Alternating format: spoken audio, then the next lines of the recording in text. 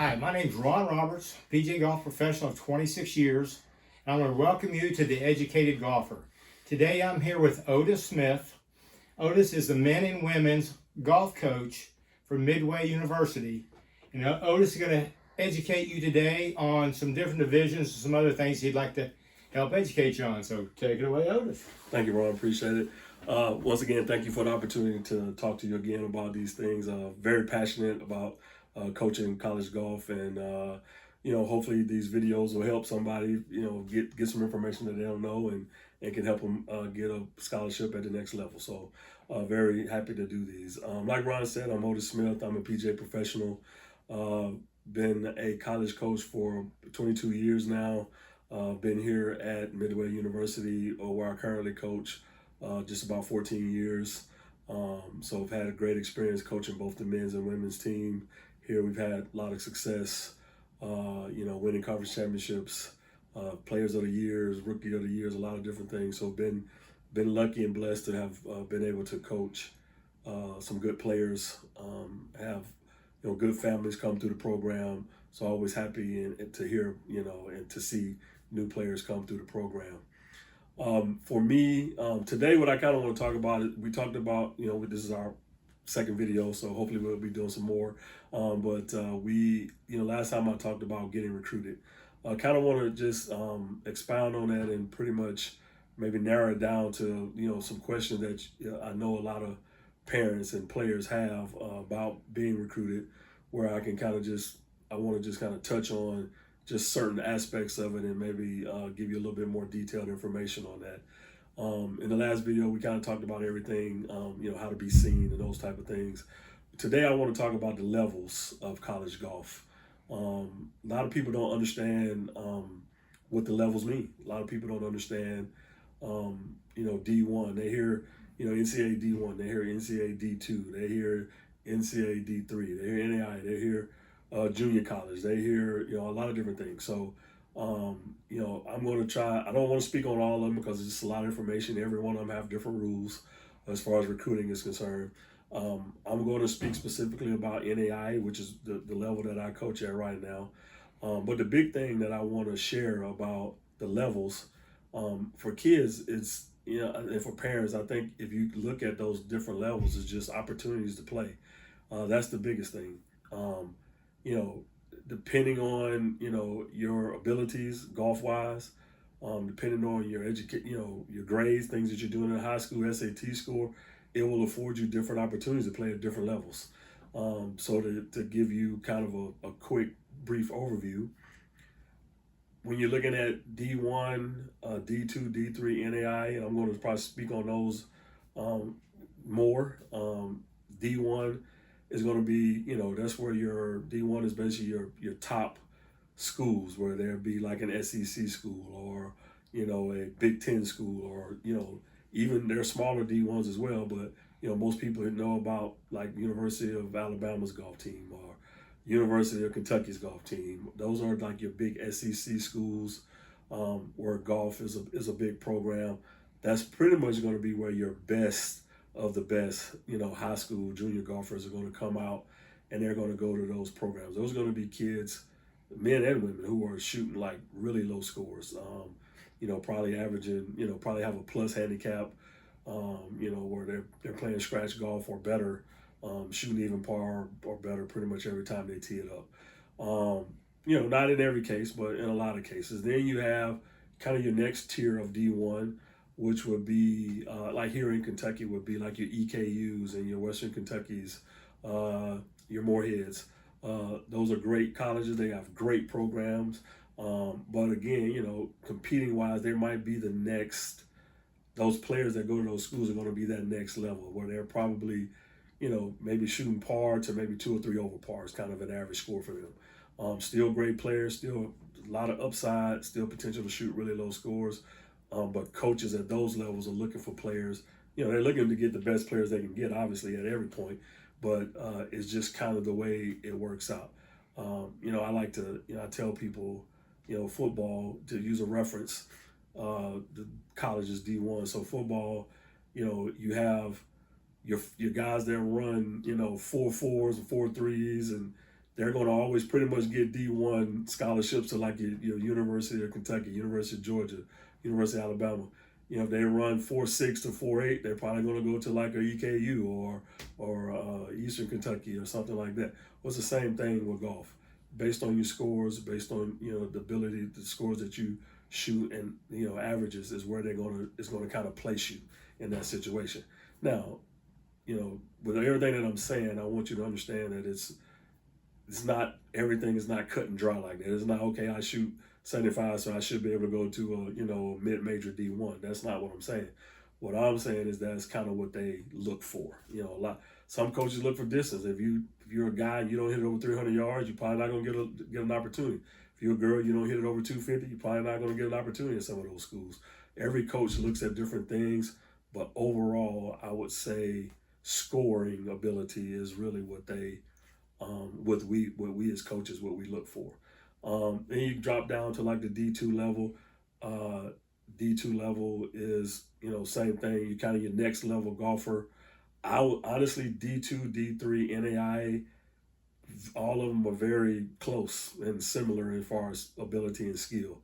You look at, we can talk about this a little bit here shortly, but roster size means a lot. A lot of the D1, D2 schools, they have limits on how many roster spots they can have. Those rules just changed. I think now it might be 9 or something like that. I think there's only 9 spots on D1 programs that you can get a scholarship to play golf at one of those D1 or D2 schools. NAI, we don't have a limit on scholarships. We can have 40 kids on the team, and all of them receive some type of scholarship, based on the funding of the school. So when you get to D2, D3, NAI, it's a lot of the games are going to be similar as far as ability to play. But just like we talked about, Kentucky is usually going to have a little bit better golfer than an EKU. It's the same thing with D2 and NAI and D3. The level just changes just a little bit, and you might, some kids that are, you might find a kid that's a par shooter on average, didn't get an opportunity to play at a D1. They may opt to go to a D2 school, or they're a really smart kid, which most of your really smart, talented, kids as far as academics, those are the kids that the D3 schools look for, because they usually don't give out athletic scholarship. They only give out academic scholarship.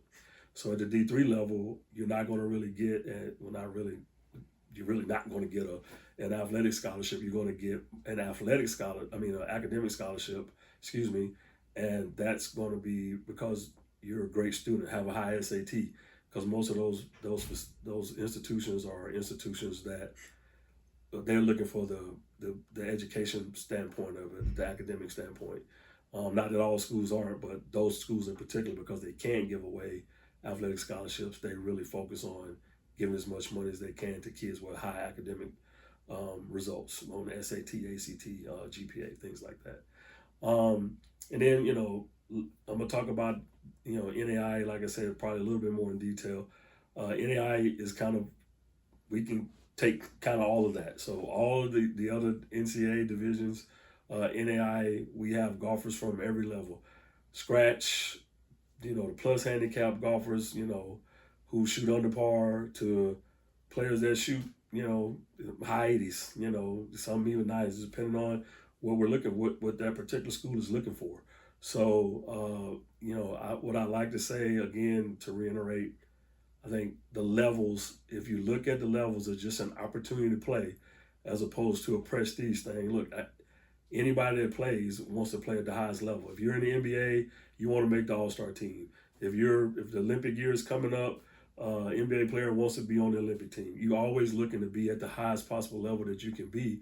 But a lot of those players, I'm using a lot of reference to other sports, I know, but if you look at, a Steph Curry who plays in the NBA, went to Davidson, which is a small D1 college.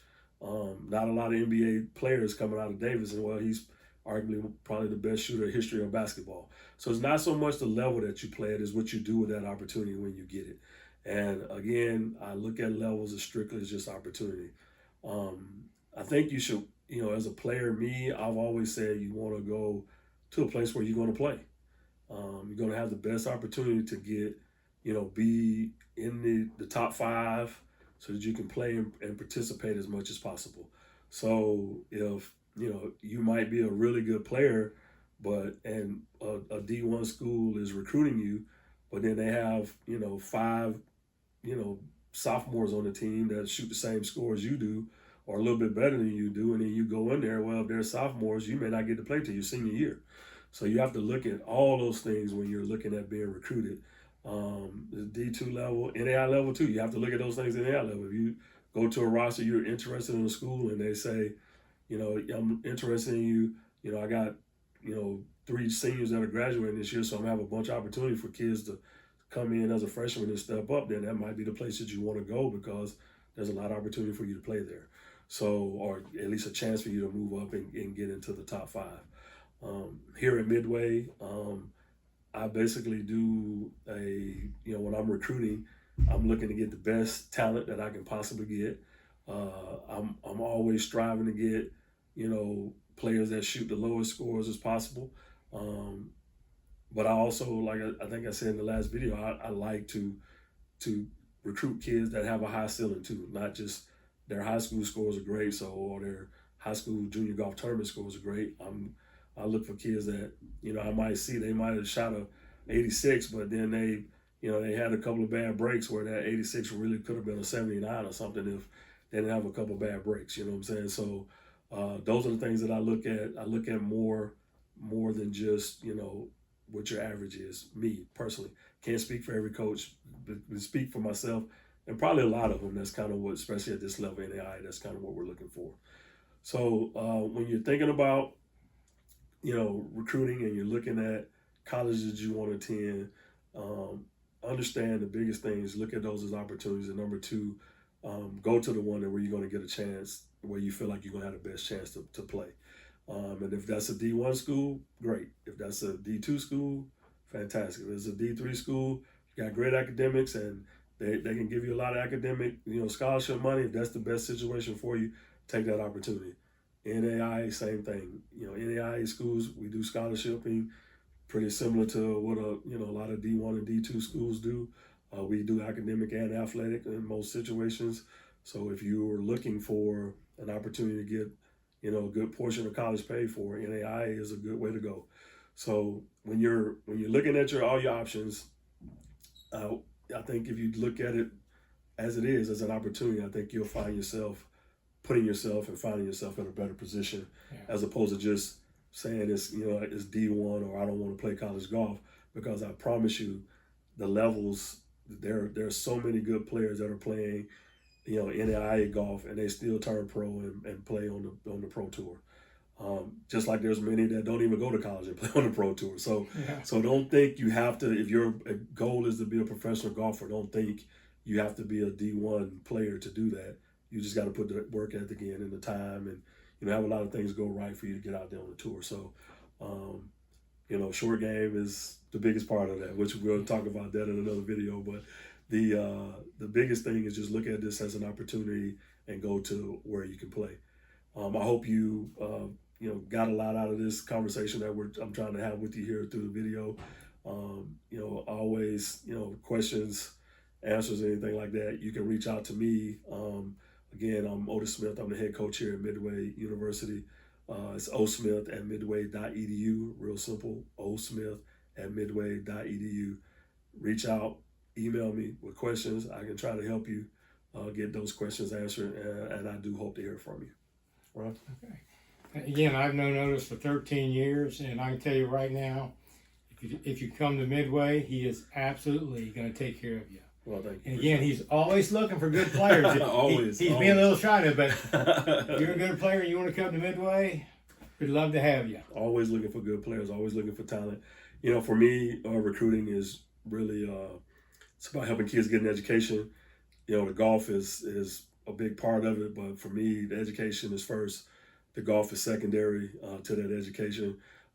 So I just know how much school meant to me coming up and what it did for me and my family. So I just hope to give other kids that opportunity to do the same thing. So if you're looking for, a program where you're going to be pushed golf and education wise, Midway is definitely a good place. little plug for Midway there, but and I'm going to absolutely. push you and try to get you to be the best individual you can be on and off the golf course and in the future. There you go. Well, thank you very much. Hope this has helped you all, and y'all have a good day. Thank you. Appreciate it. Take Have a good care. one. Yep.